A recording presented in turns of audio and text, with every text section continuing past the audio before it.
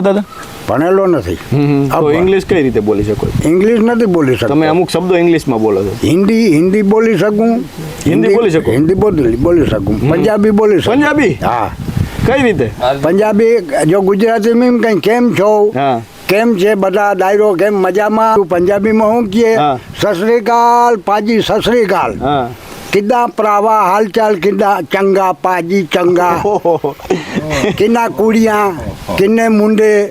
કઈ રીતે આવડે છે? તમે ભણેલા નથી તો પંજાબી કઈ રીતે? કારણ કે હિન્દી સમજાય, કારણ કે હિન્દી આપણે ટીવી જોતા હોય, બધું જોતા હોય, પણ પંજાબી કઈ રીતે? હું દુબઈ 7 વર્ષ રહ્યો ને, એમાં દુબઈ 7 વર્ષ ગયેલા છો? એમાં બધો પરિચય થયો ભાષાનો. વાહ વાહ વાહ વાહ. થોડી ઘણી તેલુગુમાં ખબર પડે, તામિલમાં ખબર પડે. ઓહો. હામાં વાતો કરતા હોય તો ખબર પડી જાય કે આ તામિલ છે કે ઓહો. તેલુગુ છે. ઓહો.